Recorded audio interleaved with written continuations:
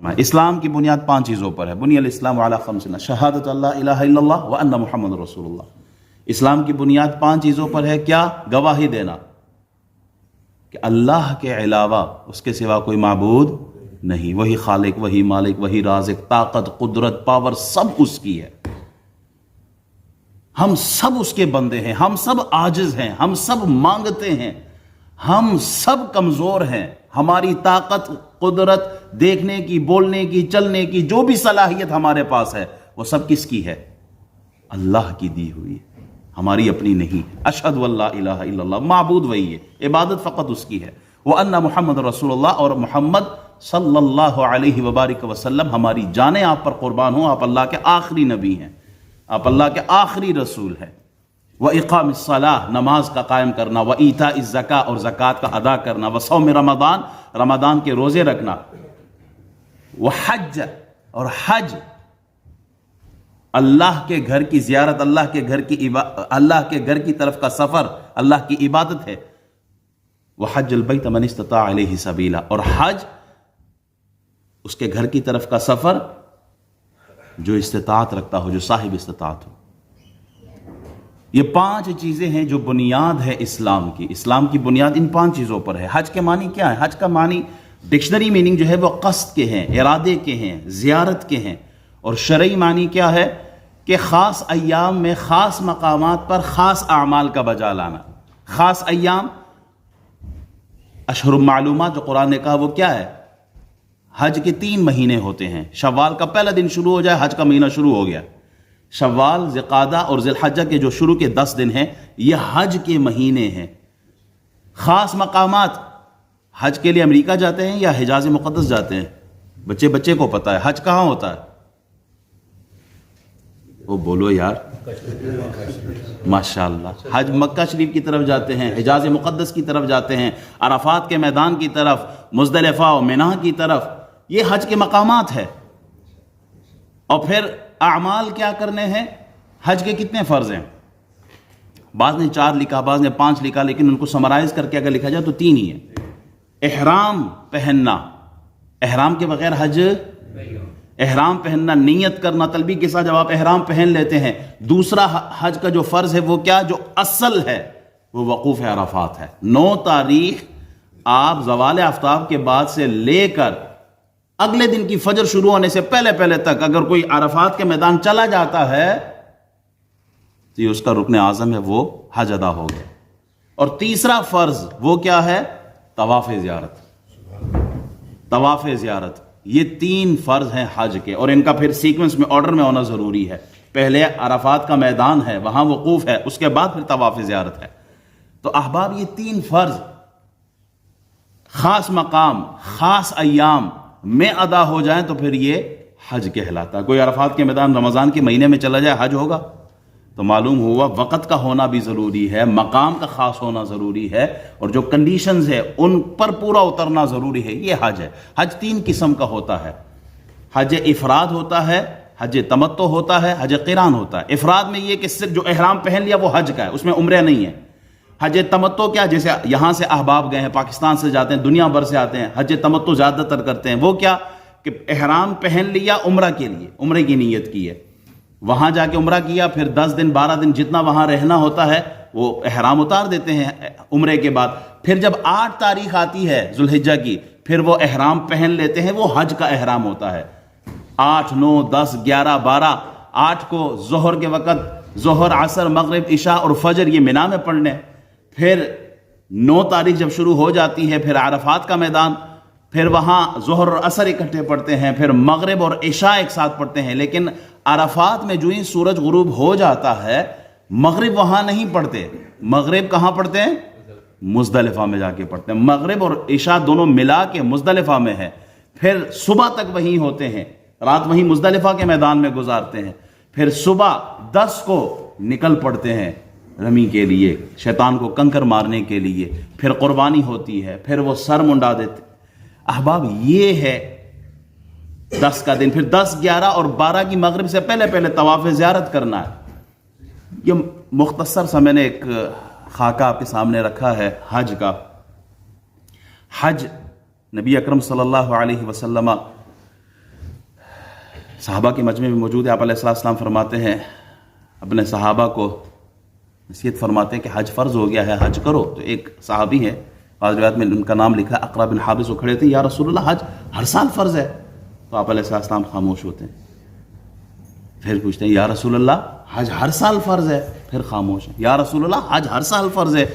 آپ علیہ السلام نے تنبیہ کے انداز میں فرمایا, یعنی پچھلی جو امتیں ہیں وہ اسی لیے ہلاک ہوئی ہیں کہ وہ کثرت سوال انبیاء سے, اب جتنا بتا دیا اتنا ہی تھا. لو قلت نعم لوجبت, اگر میں کہہ دیتا کہ ہاں تو پھر ہر سال فرض ہو جاتا, پھر تم استطاعت کہاں رکھتے. وَلِلَّهِ عَلَى النَّاسِ حِجُّ الْبَيْتِ مَنِ اسْتَطَاعَ إِلَيْهِ سَبِيلًا, اور لوگوں پر اللہ کا حق ہے, اور لوگوں پر اللہ کا حق ہے کہ اس کے گھر کا حج کرے جو اس کے راستے کی استطاعت رکھتے ہوں. احباب, حج فرض کس پر ہے؟ جو عاقل ہو. پہلے تو ہے ہی مسلمانوں پر, ہندو تو نہیں جاتا وہاں پر, مسلمان ہی جاتے ہیں سارے. مسلمانوں پر فرض ہے. وہ مسلمان کاش جن کو اللہ نے استطاعت بھی دی ہے, وقت بھی دیا, صحت بھی دی, سب کچھ دیا, اور وہ حج پہ نہیں جاتے. ایک حدیث اس سے پہلے وہ سنا دو. حضور فرماتے ہیں پھر چاہے وہ یہودی ہو کے مرے چاہے نصرانی ہو کے مرے, یعنی اتنی سخت وعید ہے. تو جو عاقل ہو, پاگل پر تو نہیں ہے نا, عاقل ہو, سمجھدار ہو, مجنون پر نہیں, عاقل ہو, بالغ ہو, چھوٹے بچوں پر تو نہیں نا, بالغ پر فرض ہے. عاقل ہو, بالغ ہو, آزاد ہو, استطاعت رکھتا ہو. اس استطاعت پر مختلف آراء ہے. امام شافعی کے, امام مالک کے, امام اعظم ابو حنیفہ کے مختلف آراء ہیں اس پر کہ اس استطاعت سے کیا مراد. بعد نے کہا کہ وہ صرف صحت ہے, صحت مل گئی چاہے مال نہ بھی ہو, آپ راستے میں کماتے ہوئے جاؤ اور اللہ کے گھر پہنچو. بعد نے لکھا کہ نہیں, وہ صرف مال ہے, مال مل گیا تو آپ جائیں. امام اعظم ابو حنیفہ فرماتے ہیں کہ مال بھی ہے, کیونکہ جب آپ کے پاس مال ہوگا, ٹکٹ ہے, مال ہوگا تو پھر ویزا لیں گے, مال ہوگا تو پھر ہوٹل کا کرایہ دیں گے, مال ہوگا تو کھانا کھائیں, مال ہی ہے. پھر ساتھ صحت ہے, اگر آپ صحت مند ہے, ڈسیبلٹی کوئی نہیں ہے, تو آپ پر حج فرض ہے. راستے پر امن ہو, کسی بادشاہ کی طرف سے کوئی رکاوٹ نہ ہو, کوئی ظلم نہ ہو, تو پھر حج فرض ہو گیا ہے.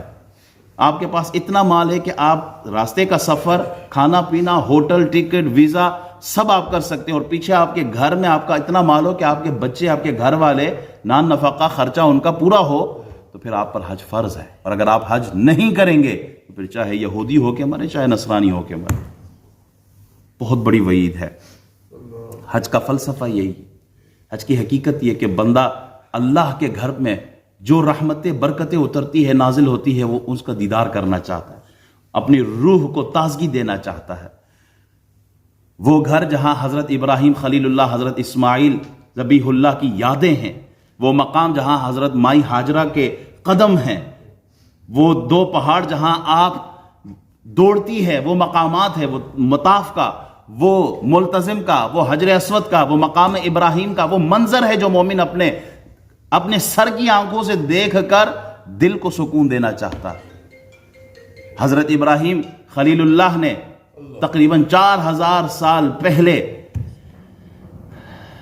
وہ 3 دن کا سفر کرتے, تھکے ہارے, دوڑتے ہوئے, گرد و غبار میں اٹے ہوئے, لبیک کی صدائیں لگاتے ہوئے اللہ کے حضور پہنچتے ہیں.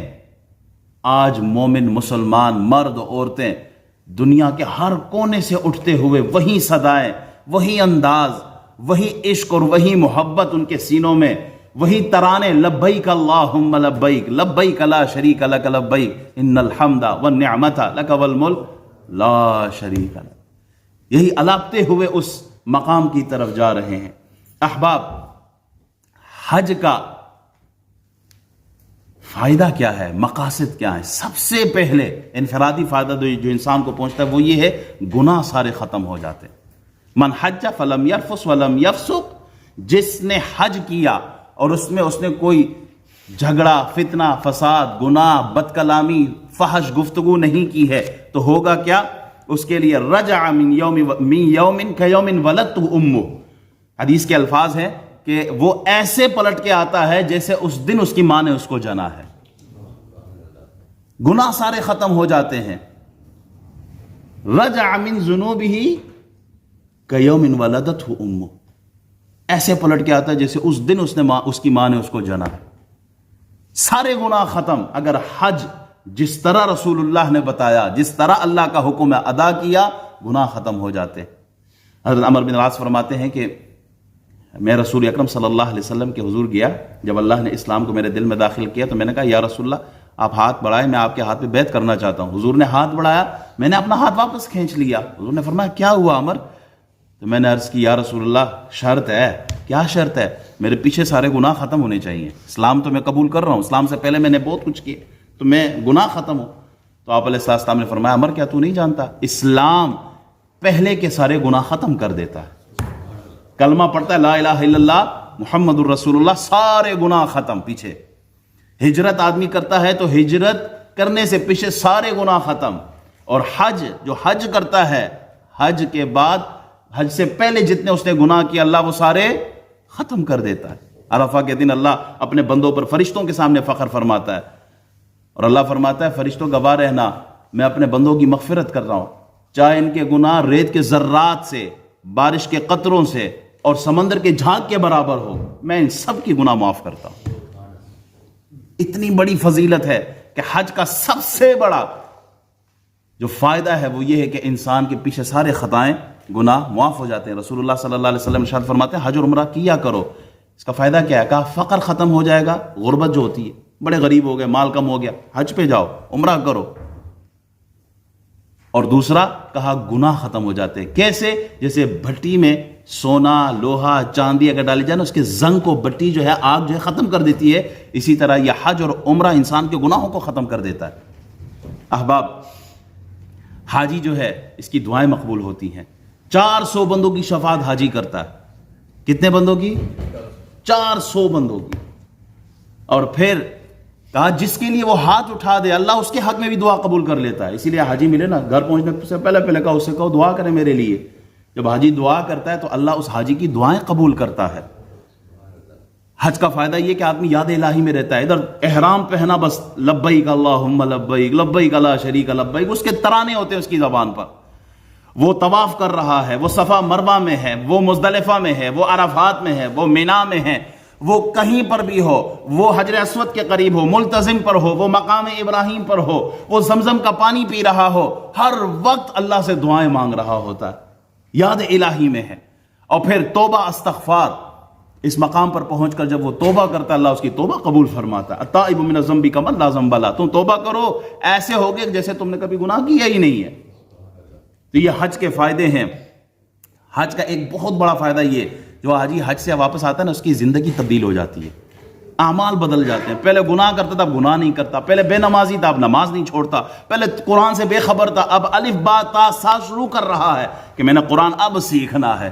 کیوں؟ کہا حج نے زندگی تبدیل کر دی۔ پہلے داڑھی کوئی نہیں تھی، اب داڑھی رکھنا شروع کر دی ہے۔ اللہ آپ سب کو حج پہ لے کے جائے اور داڑیاں رکھنا شروع کرے۔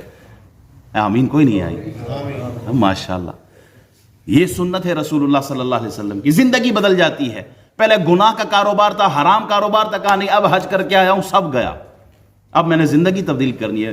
یہ حج انسان کے اندر تبدیلی لے کے آتا ہے، تقوی، اور تقوی کا جو نور ہے اس کے چہرے پہ نظر آ رہا ہوتا ہے، اعمال بدل جاتے ہیں حج سے۔ اور پھر ذمہ داری کا احساس ہوتا ہے حج سے، آدمی اپنے بچوں کے لیے خرچہ چھوڑ کے جاتا ہے، جس کا قرض ہو اس کے اوپر قرض ادا کرتا ہے، اس کے بعد ہی تو جاتا ہے وہ حج پر، تو احساس ذمہ داری اس کے اندر بلڈ اپ ہوتا ہے۔ اسی طرح جو دشمن ہوتے ہیں وہ ان کو بھی دوست بنا لیتا ہے۔ حج پہ جانے سے پہلے کیا کرتا ہے؟ ہر ایک کے پاس جاتا ہے، روٹھوں کو مناتا ہے، جن سے ناراض ہے ان سے دوستی کرتا ہے، جن کا حق اس نے مارا وہ حق ادا کرتا ہے۔ یہ حج کا سب سے بڑا فائدہ ہے۔ اصلاح معاشرہ، کمیونٹی میں، سوسائٹی میں حج کا اتنا بڑا رول ہے کہ جو سب سے بڑا غنڈہ ہوتا ہے جب حج کی نیت کرتا ہے سب سے بڑا شریف بن جاتا ہے۔ جو دشمنیاں کر رہا ہوتا ہے حج کا جیسے ارادہ کرتا ہے پھر دوستیاں کرنا شروع کر دیتا ہے۔ جو نفرت کرتا ہے لوگوں سے جب حج کا ارادہ کرتا ہے تو وہ نفرت دوستی میں، محبت میں تبدیل ہو جاتی ہے۔ تو حج کا فائدہ معاشرتی طور پر بھی ہے۔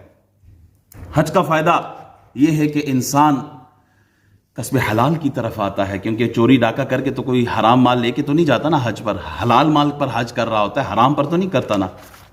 تو جو حلال کماتا ہے وہ حلال کے لیے جائے گا، حرام مال سے حج کی طرف کوئی نہیں جاتا، جو جائے گا وہ منہ پہ مارا جاتا ہے۔ حلال مال پر اللہ کے حضور پیش ہونا چاہیے۔ اس کے علاوہ حج میں آپ دیکھیں مساوات ہے، امیر ہے، غریب ہے، عالم ہے، جاہل ہے، کالا ہے، گورا ہے، کسی خطے، کسی قبیلے، پاکستانی، عربی، عجمی، افریقی، افغانی، ہندو، ہندوستانی، یہ جتنے بھی مسلمان پوری دنیا سے آتے ہیں، جتنے بھی مسلمان کائنات کے گوشے گوشے سے آتے ہیں، سب ایک ہی صف میں کھڑے ہوتے ہیں۔ ایسا نہیں ہوتا کہ اس کے پاس امریکی پاسپورٹ ہے تو یہ الگ ہے، اس کا مقام اونچا ہے، یہ پہلی صف میں کھڑا ہوگا، جس کے پاس برٹش ہے وہ پہلی صف میں ہوگا، ہندوستانی، بنگالی، پاکستانی، افغانی یہ پیچھے ہوں گے۔ نہیں، ایسا نہیں ہے، ایک ہی صف میں کھڑے ہو گئے، محمود و ایاز، نہ کوئی بندہ رہا نہ کوئی بندہ نواز۔ حج اتحاد اور اتفاق کا درس دیتا ہے، وہاں سب متحد ہوتے ہیں، کسی کلچر، کسی قبیلے، کسی لباس کا ہو، وہاں سب میں اتحاد اتفاق۔ وَاعْتَصِمُوا بِحَبْلِ اللَّهِ جَمِيعًا وَلَا تَفَرَّقُوا، ہمیں وہاں نظر آ رہا ہوتا۔ حج یہ آخرت کی یاد دلاتی ہے۔ ہمارے پاس اب وقت نہیں ہے کہ اس پہ کلام کروں۔ حج کیا کرتا ہے؟ حج آخرت کی یاد۔ آپ نے احرام پہنا، سمجھے آپ نے کفن پہن لیا ہے۔ آپ کا سفر حرم کی طرف، آپ بیت اللہ کی طرف جا رہے ہیں، جب آپ احرام پہن لیتے ہیں یہی نیت کریں کہ آپ نے کفن پہنا ہے اور آپ قبر میں اللہ کے حضور پیش ہو رہے ہیں حساب و کتاب کے لیے۔ تو حج انسان کی زندگی تبدیل کر دیتا ہے۔